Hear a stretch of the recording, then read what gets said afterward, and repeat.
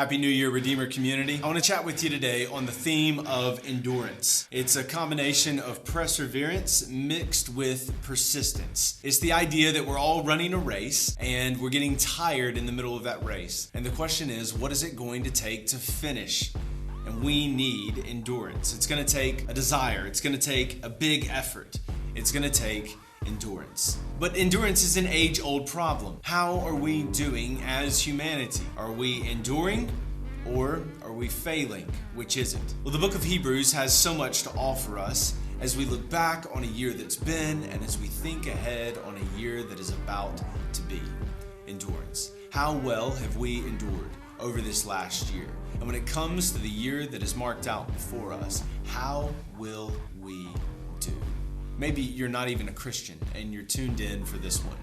There's things to learn for all sorts of people, but essentially we can be an enduring people if we bring these essentials, these four essentials, into our lives.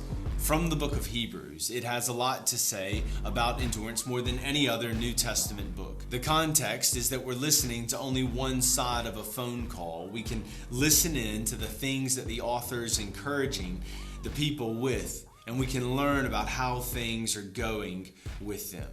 But this letter was written to a meandering people. But people shouldn't meander. Streams meander. People should run.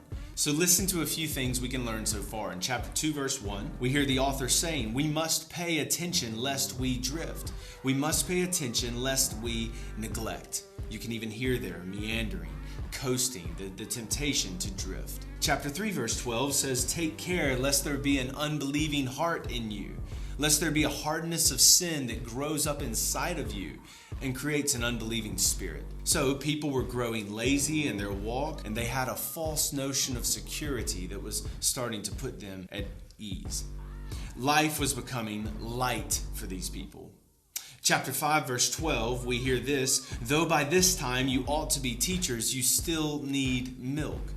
The word for this group of people, the word for this church was, some of you ought to be teaching and leading other people by now, but you need to be taught. You're drifting, you're coasting, you're neglecting. So in verse 12, we hear the good news. Strengthen the hands that are weak and the hands that are feeble.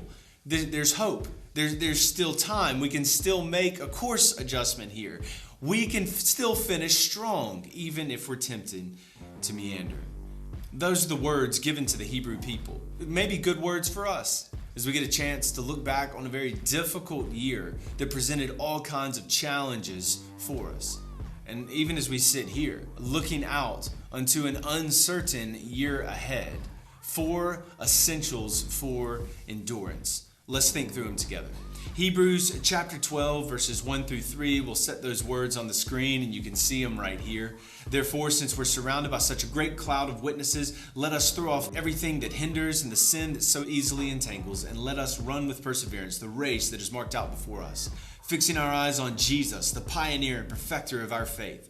For the joy that was set before him, he endured the cross, scorning its shame, and sat down at the right hand of the throne of God. Consider him who endured such opposition from sinners, so that you will not grow weary and lose heart. Listen, Redeemer family, I don't want you to grow weary. I don't want you to lose heart. I want all of us together to be able to do what the Bible actually commands us to do. One imperative, one command in this whole block of scripture, and it's simply this: run. Run. It's a command. It doesn't come out of the blue. It comes out of a passion for a people that are tempted to meander. They're tempted to coast. They're tempted to drift. And the author is urging people, look to Christ and run. The author is encouraging people around this one word: run. Everything else in Hebrews chapter 12, it explains how to run. It motivates the running. It illustrates for us what this running ought to look like. But the word is run. Don't stroll. Don't lazy around. Don't meander. In this year ahead, let's run. So what are some motivations for helping us run, helping us endure in this race of faith, even when we don't feel like it? I have just four for you, and I'm going to give them to you briefly. First one is this: let's remember the witnesses. Chapter 11, verse 39 says, "And all of these." Who are these? Well, these are the witnesses, everyone who is there in chapter 11. We see the saints that have gone before us in this race of faith, and the encouragement is to look back to them, to remember them, and to run. When we look back onto the witnesses, we get to hear their stories. And as we get to consider the sin and the struggle in their lives, we get to learn lessons about how our God will be with us and our God will see us through as well. You look back and you see this idea that we're all running a marathon. And the idea is that as we're coming through those middle legs of the course, we actually have the saints of old gathered all around us. And as we run past, the saints of old are shouting out to us to keep going.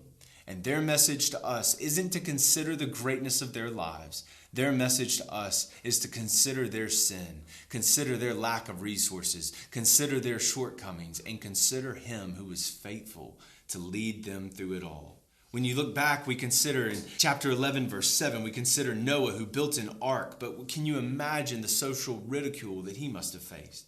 We consider Abraham who left a secure family in Ur of the Chaldeans.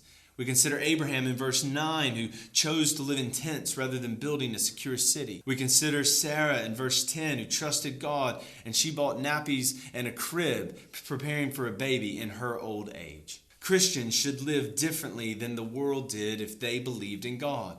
No one builds an ark in a desert, but looking back to the witnesses will give us motivation to endure. No one leaves a family in security. No one leaves wealth and comfort. But if we look back on the witnesses, we'll see this is what God can lead His people to do. No one chooses to live in tents when he's capable of living in a city with walls. But if we look back on the witnesses, we'll learn even there, this is what our God leads us to. So we run. We run because the saints are eager for us to finish. In chapter 11, verse 40, we see that none of them have obtained the promise. They're waiting on us to finish. So in chapter 11, verse 39, apart from us, they will not be made perfect. So we look back and we run. We look back at their sin. None of them had it all figured out, but God did. We look back at their faith. They didn't have all the information they needed, but they had the God who had all the information and they trusted Him. And we look back at their endurance. They overcame a lot, but we learn in Romans chapter 8, we are more than conquerors because of Jesus Christ. We're surrounded by such a great cloud of witnesses. So we look back, we consider the witnesses, and we run. Would this be our year as a faith family of going into God's Word, turning the pages of Scripture, looking back at the witnesses, and finding what we need to endure for Jesus' name's sake? Secondly, we fix our eyes on Jesus. It's right there in chapter 12, verse 2, looking to Jesus. How can we find endurance for the road before us is most importantly found here in fixing our eyes on Jesus. Is it by simply looking to the lives of the people who have gone before us and trying harder? No. We look back and we remember the witnesses, and then we look at the one who saw them through.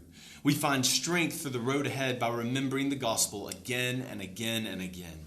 The purpose of looking at the witnesses is to find Jesus who sustained them. Because the gospel is not the ABCs of the Christian faith, it's the A to Zs of the Christian faith.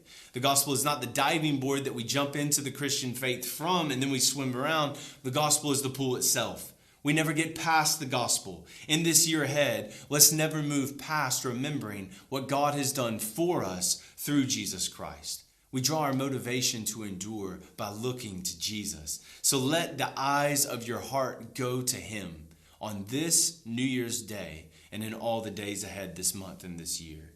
Because Satan is going to oppose you as you run. We're going to be tempted to meander. We're going to be tempted to give out. So we don't look to pop psychology. We don't look to anything else. We look to Jesus. And as we look to Jesus, we look with the words of John Newton, who said, "Look unto Jesus Christ. Look unto Him as He hung naked, wounded, bleeding, dead, and forsaken upon the cross. We look unto Him again now as He reigns in glory, possessed of all power in heaven and earth, with thousands and thousands of angels and saints worshiping before Him, and 10,000s times 10,000s ministering unto Him." And then we compare. Compare your sins with His faithfulness, your weakness with His strength, your inconstancy with His everlasting love. And if the Lord opens the eyes of your understanding, you would be astonished at the comparison.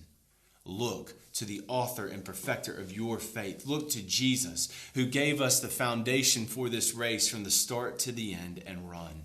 Jesus is the giver and sustainer of our faith from start to finish. The God who began a good work in us, Redeemer, is the same God who's going to complete it through Jesus Christ. So look to Jesus Christ and endure.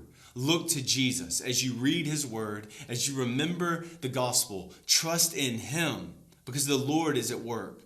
He is going to will in us for his own good pleasure. 2 more to go, and we find the third one in Hebrews chapter 12, verses 5 through 7 and 11 to 12. You see those words on the screen right here. So we're looking for these different helps for endurance, these different keys to keep going. The first thing, we look back to the witnesses. The second thing, we fix our eyes on Jesus. And the third, we trust in the fatherly sovereignty of God. Think about it.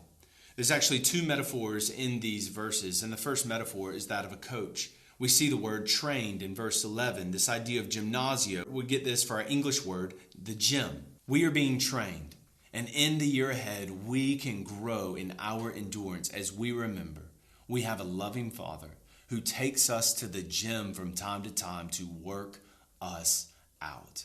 Yes, the idea that God is working us out like a life coach. The way a muscle grows is for it to be continually broken down, pushed beyond its limits. It's broken, it's done, and then it needs to be rebuilt so it can be stronger. But after you break it down, you can actually have something that was stronger than it was before.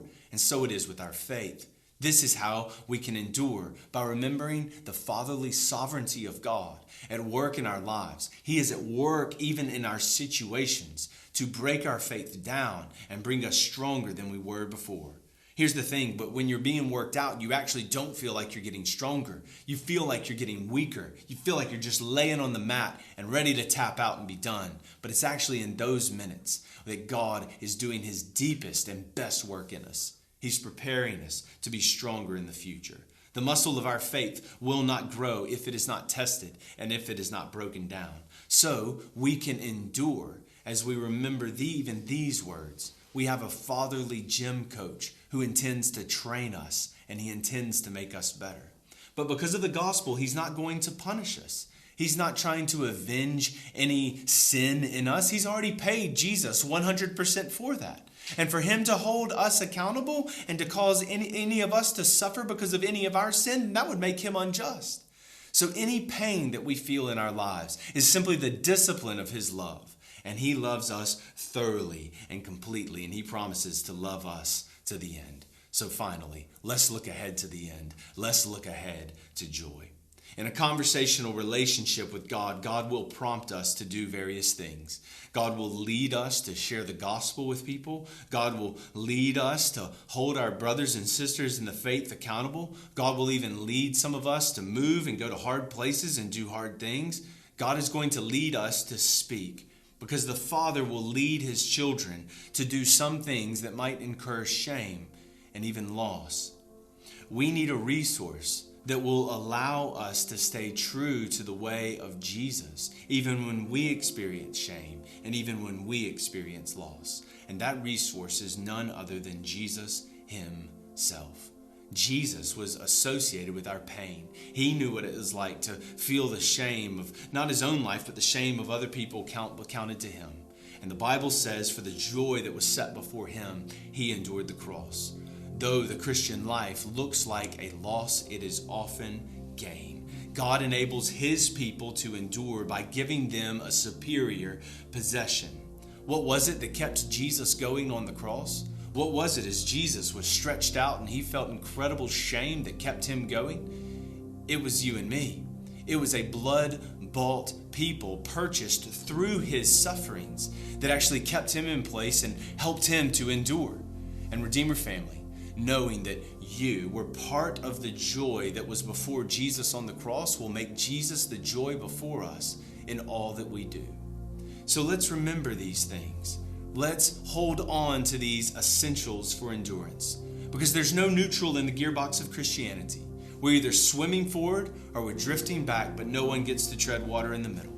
So right now and in the year ahead, let's look back to the witnesses. Let's fix our eyes on Jesus. Let's remember the fatherly sovereignty of God, and let's look ahead with Jesus to the great joy of being with God the Father for all of eternity.